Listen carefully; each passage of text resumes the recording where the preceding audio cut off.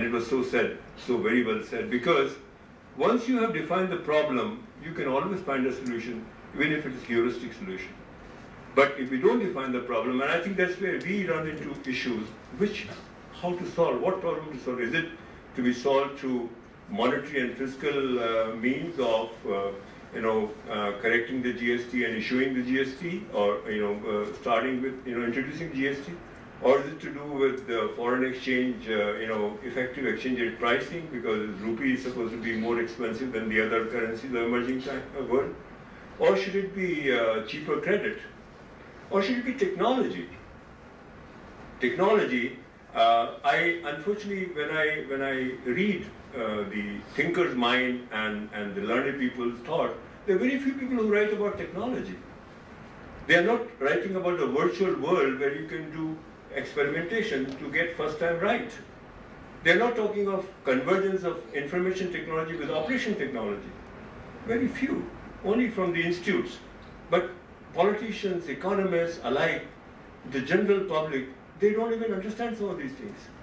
Yes, we do understand infrastructure, that it will help us with better supply chain management. We understand administrative reforms. Dr. Mashilkar mentioned some of them already. We are all buffeted with challenges when it comes to administrative challenges, administrative hurdles, if one may call them. But the fact is, do our solutions touch upon monetary and fiscal levers, or technology levers, or infrastructure levers, administrative levers? I think we need to sit down and take a pause and think through the issue as to what we should be doing. And if we can think of that, then I think we can just get over the hump and be better than even China. I have no doubt about that. I was looking at some of these statistics over the last few years, from 7-8 to 13-14, and if you see the manufacturing growth, it has, as if we've been kind of experimenting with technology and policies. It has grown 14%, dropped to 4%, gone up 10%, dropped to 8%, dropped to 4%, come to 5%, come to 7%. Why? Why this dance is going on? And yet, the contribution to GDP remains between 15 and 17%. I think Dr. Mashilkar already mentioned that, this is of course dated, because I thought 2009 they had reached the leadership position, but now they're at 19%, China. India is at 2% of manufactured goods exports. China has some major manufacturing plants, in the area of steel, in the area of electronics, petrochemicals, sports goods, apparels, appliances, giants of, and when I look at India, and we just spoke about the per capita consumption, and I always wonder, in business, one of the challenges that we have is demand. We are always looking for how to serve demand. Is there demand? The question people ask. If you set up a project, people say, will it work? Will it be 100% utilized? In how much time? But here we have a pent up. We have such a requirement of consumption in our country, both domestic, and we can also. Pharmaceutical industry has proven beyond doubt that we can even feed outside the country. But why is it that we are not investing in manufacturing? Is something which always beats me, and I think maybe at the end of the session we can find some answers to that. I always believe that when it comes to asking ourselves a question, how can we excel in manufacturing? We seem to get clogged and completely drained into or drowned into we need labor reforms, we need land reforms, we need this reform, that reform. And when we spoke in the beginning of our discussion as to how one can do it despite all these concerns, the fact is that there are spaces in the medium, large, and small scale industry business where you don't need large parcels of land, you don't need very large contingent of labor, and you can do an excellent manufacturing with high technology. And some of the green spaces that I marked in those 25 sectors that are part of the Make in India program, I feel, and there could be some more. There could be, other day I was reading about a company called Data Pattern in Bangalore. They're making components for defense equipment. They're making for ISRO, doing very good job, electronic systems. So I think clearly the greens are where we can make a lot of dent even today. China has done very well, but I don't think we should get so much carried away by what China has done. China has done very well, unless, we are not going to deny them the success and the greatness that they have achieved, but they have their own set of problems, which fortunately we don't have problems today. Soon, from being the factory of the world, I think China will end up becoming investors to the world because they don't have enough to invest in now. The consumption of China is always below 40s. The saving rates are very, very high. The investment rates are very high. And again, as a student of economics, I can say that this is called a middle income trap. World over, you see that countries which are around $10,000 GDP per capita and below, they get into this trap, moving out of investment-driven manufacturing or investment-intensive manufacturing economy to innovation and consumption-driven economy. And if you don't make that transition, you have a huge problem on hand. So India, fortunately, does not have all that problem, and I think we can very well invest a lot of money, and it is probably required also in our country. So I think just to recap, what we have said so far is that mission of Make in India, I don't think we have a choice. That started with Dr. Mashilkar's opening remarks, and I think all of us are seized with this thought that if we have to make this country prosperous, if we feel responsible to our younger generation, if we feel that we have to leave a bright future for them, we have little choice but to really invest in manufacturing and make it a big time success. Because that's where we can really create employment and prosperity for our future generations. So that's the starting point.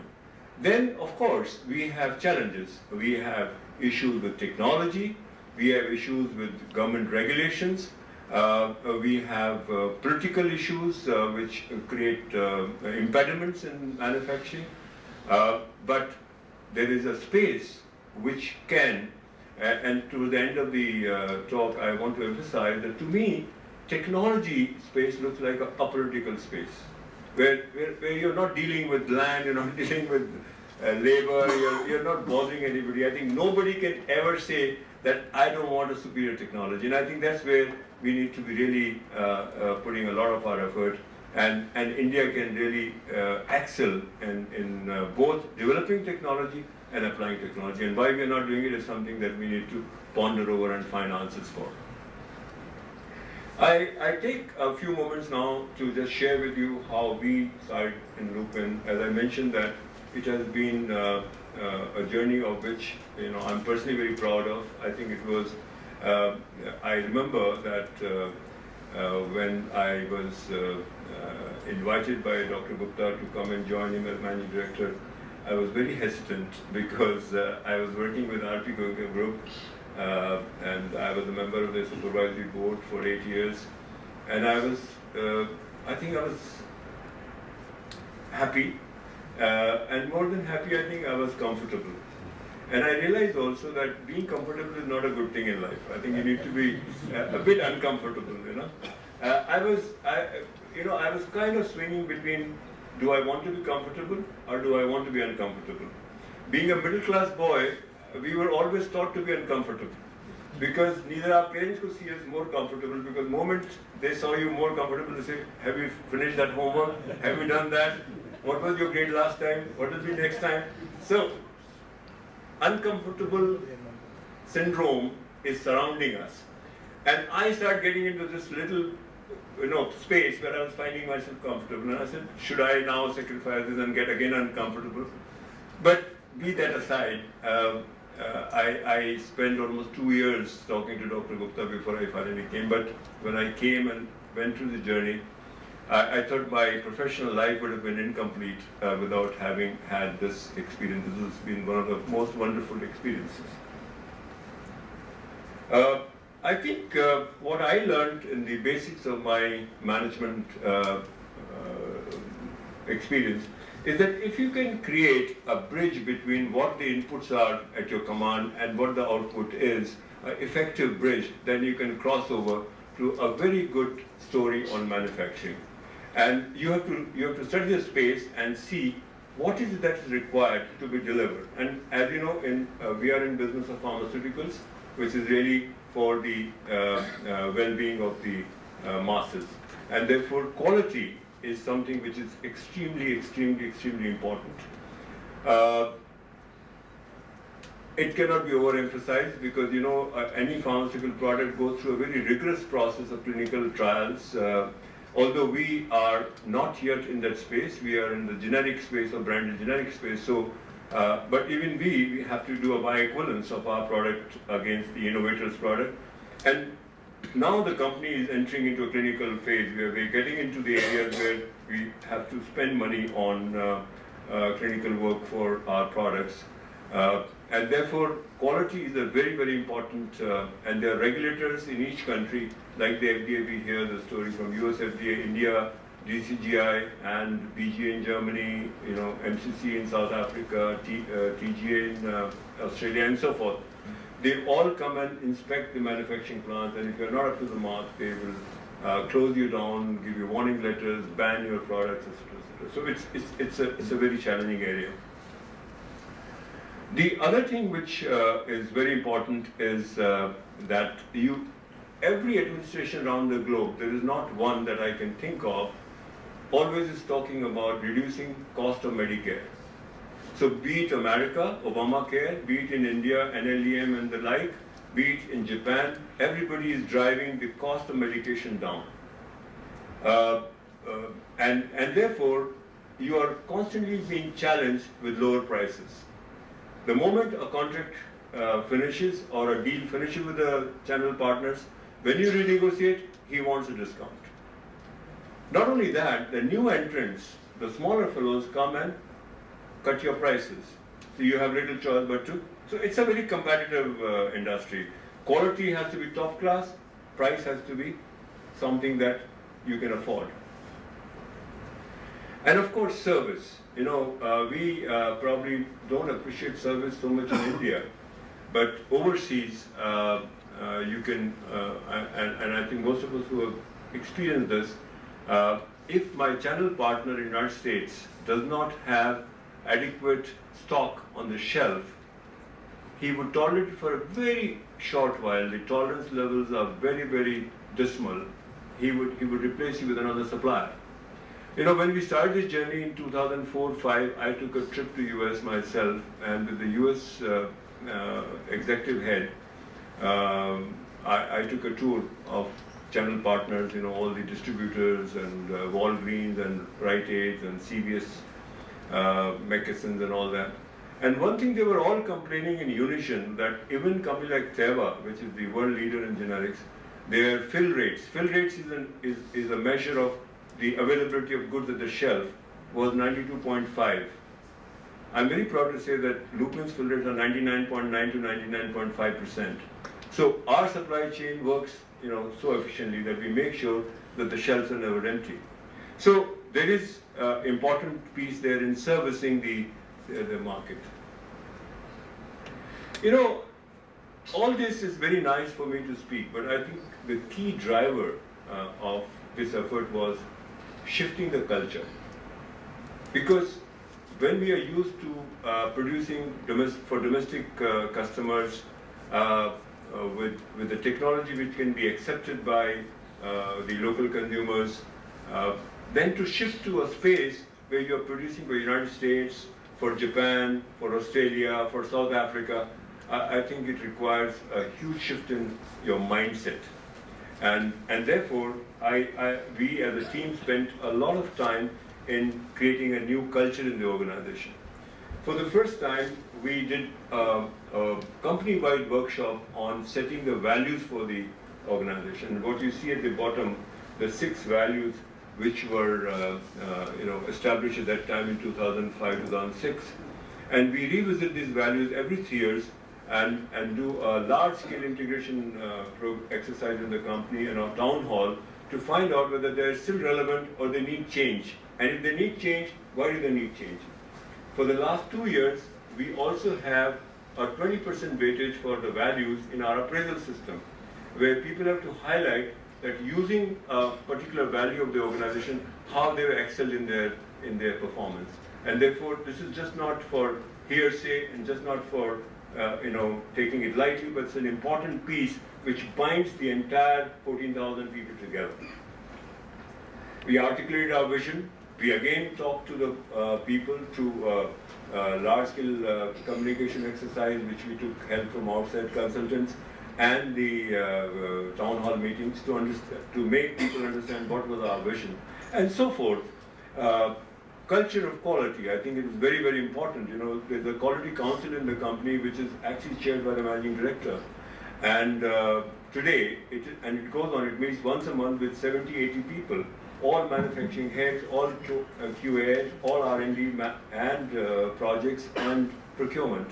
And they go through the entire month's quality issues, why and why not, and what is to be done. And productivity, I think as you go along the presentation, you will see what all we have done in terms of enhancing productivity and what we continue to do, because it is not one-time exercise. It is an exercise that one has to just continue with. And therefore, from 4 odd manufacturing plants 10 years ago, we have 11 manufacturing plants in India. We have 2 in Latin America, 1 in Russia, and I don't know why they have not mentioned, we have 2 manufacturing plants in Japan as well. And we have R&D centers, the green dots are the R&D centers we have in Pune, we have in Aurangabad, we have 2 R&D centers in Japan. So we have 4 R&D centers as of this time. Our R&D spend has been around 7.5% to 8.5%, and it's now inching to 10.5% as we go. But because our top line has grown at 25 to 27% CAGR, the amount of money that we have spent in research has doubled over time. And this has, and today the compulsions are that whatever products you produce, you have to look at the next 10 years, 15 years horizon and start looking at the development in, investments for that. It's not something that you can do for 1 or 2 or 3 years because, for example, if you take a biological, it takes almost 7 years before it can be brought to the market. So from conceptualization, a kernel of the idea to commercialization, it is the time that it takes. It almost takes about 3 years to fully develop and scale it up to a reasonable size from where you can start clinical work. So this is the kind of rigor that one is indulging in, and what is interesting about it is that we have built it piece by piece, and it has produced results. This just a chart that I want to show you that from a generic, branded generic business, we are now getting a specialty business. And specialty business is that business which, I'm not going to dwell too much on it, but just to clarify, people always wonder what is specialty, and people have different definitions of specialty. A very simple definition of specialty is that any product which needs necessarily a doctor's prescription is called a specialty. But for that matter, in India, we have a prescription even for a generic product because we are in a branded generic market. But specialty is really something which is very intimate both to the doctor and to the patient. Take, for example, ophthalmology. Eye treatment, if I'm using an eye drop for my eyes, it'll be very difficult for me to switch over to another brand till I'm more than convinced because it's so intimate to me. Okay? Dermatology products, women who use cosmetics or use skin creams, they will not change skin cream just because somebody else pushes another cream. So the brand loyalty or the product loyalty is very, very high. These are high cost, high technology and products. Asthma patient, the inhaler that he uses, he's not going to switch. You know, we launched asthma business in India when Cipla used to have 85% market share. And the history is that prior to us, Ranbaxy, Sandoz, Glaxo, German Remedies, so many companies launched asthma and they all failed, and their market share was 1 to 2%.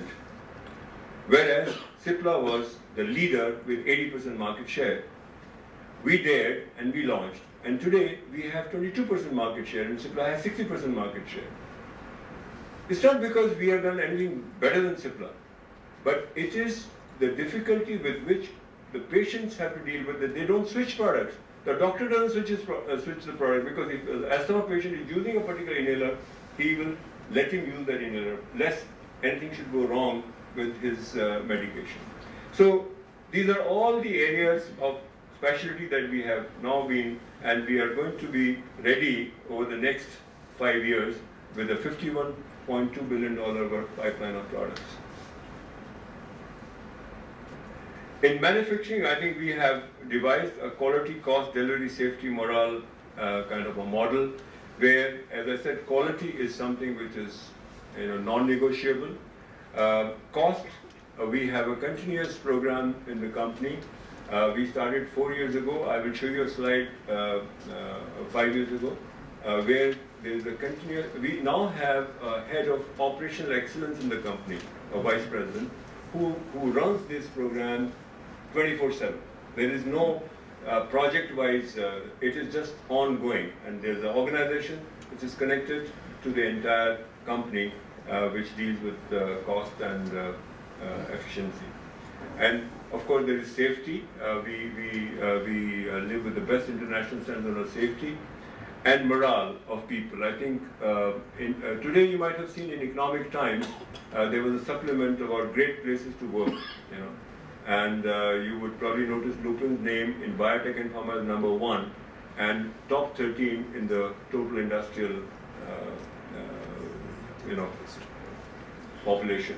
So that is the achievement that one has been able to bring in through these processes of learning and development, getting full commitment of people, and as Dr. Mashikar said, really letting people realize their aspirations in the process of Lupin's growth. I'll skip here.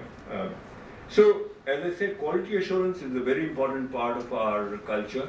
The quality is like value delivered, and I said that the Quality Council is chaired by the MD of the company, and even I attend that myself every month, and it's a whole day meeting where we go through the entire gamut of what has been out of specification, what is the corrective action, what should be the preventive action for the future, and it is followed through so that it's like a religion for us. This is what I was talking to you about, the framework of operational excellence.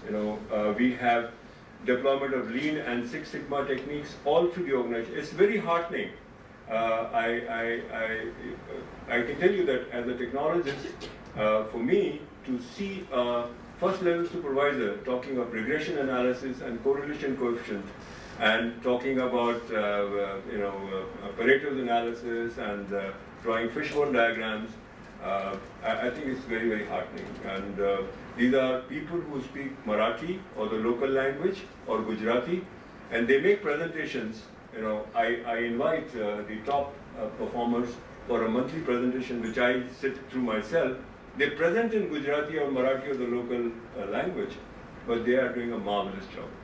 And there is a certain percentage of what they save through this process, which is given to them as a reward. So I think over time now, the monetary part of it becomes so dismal. People are so excited about having contributed to the process of growth and efficiency of the company. We have the Maynard operation sequence technique for controlling the cycle times and delays. We have productivity enhancement exercise going on. We have also human error reduction control. I think here I can say very proudly that in Lupin we have been able to bring the information technology and operation technology very close together. I will not say that we have done a complete exercise so far. I think it will take us another 3-4 years when data acquired on the machine, mined later and interpreted would become the order of the day.